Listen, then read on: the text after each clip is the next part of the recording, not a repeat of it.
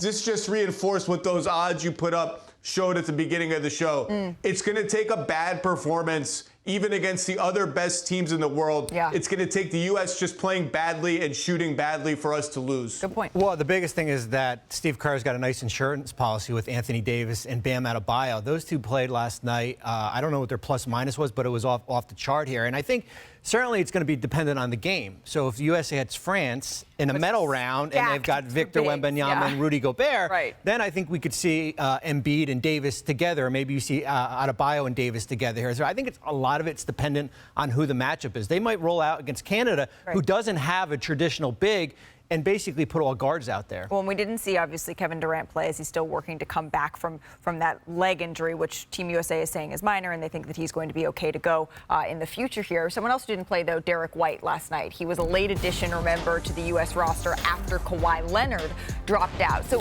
we showed you some of this yesterday, but just a little bit of a reminder here of how this saga has unfolded.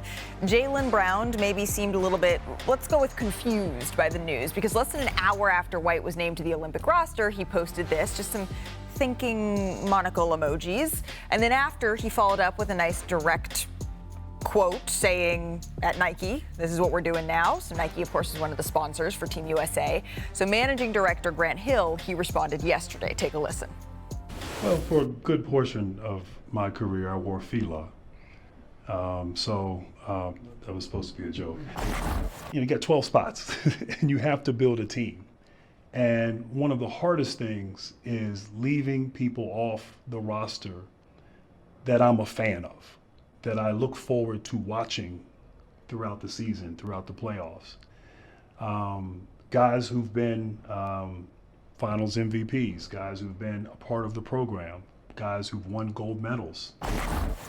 The responsibility that I have is to put together a team, and a team that complements each other, a team that fits, a team that will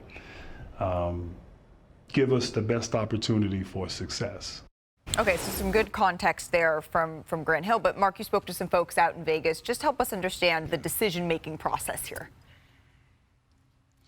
Yeah, I mean, I think it's kind of going back to that piano player thing with Grant Hill. Talked to him about it, and he just, someone's going to be mad, and a lot of people are going to be mad. Everybody can't be happy, but that NBA head coach that I talked to who had USA basketball experience said he thought Derrick White was a great selection. Somebody got to be the 12th man, right? I did talk to Jason Tatum, asked him about it, kind of being bittersweet. You're adding a third second, and Celtic, and he said that, you know, they're adding more championship DNA to the roster. And I'm like, well, what about Jaylen Brown? Have you talked to him? Took a deep breath, and he just said, no. And that was it.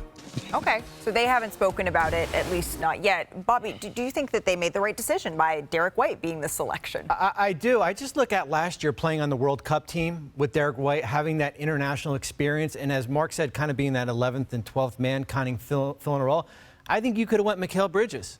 I think you could have went Josh Hart, two wings that played international ball last year. And this is not an all-star game. This is not an all-star game where we're getting up and down. It's about defending. It's about finding a role. And I think Derrick White was the right choice. Zach, last word on this? I'm fine with it. I understand why Jaylen Brown's mad. He was just named the best player in the semifinals and the finals in the best league in the world. And 3 of his teammates are on this team. But look, all of these guys, stars, role players, whatever, they're all capable of modulating their games to fit within this context. We saw that last night. Derrick White is maybe a little more amenable to that, a little bit of an easier, faster, speedier playmaker. But you can't go wrong, and I understand why he's mad. But I think Derrick White's a great fit for what this specific Team USA needs. Hey, I think trying to read too much into cryptic tweets and it's always a losing battle for me. I'm gonna try to wear, pull up all brains. Jimmy with the heat, I'm on fire. It's NBA, it's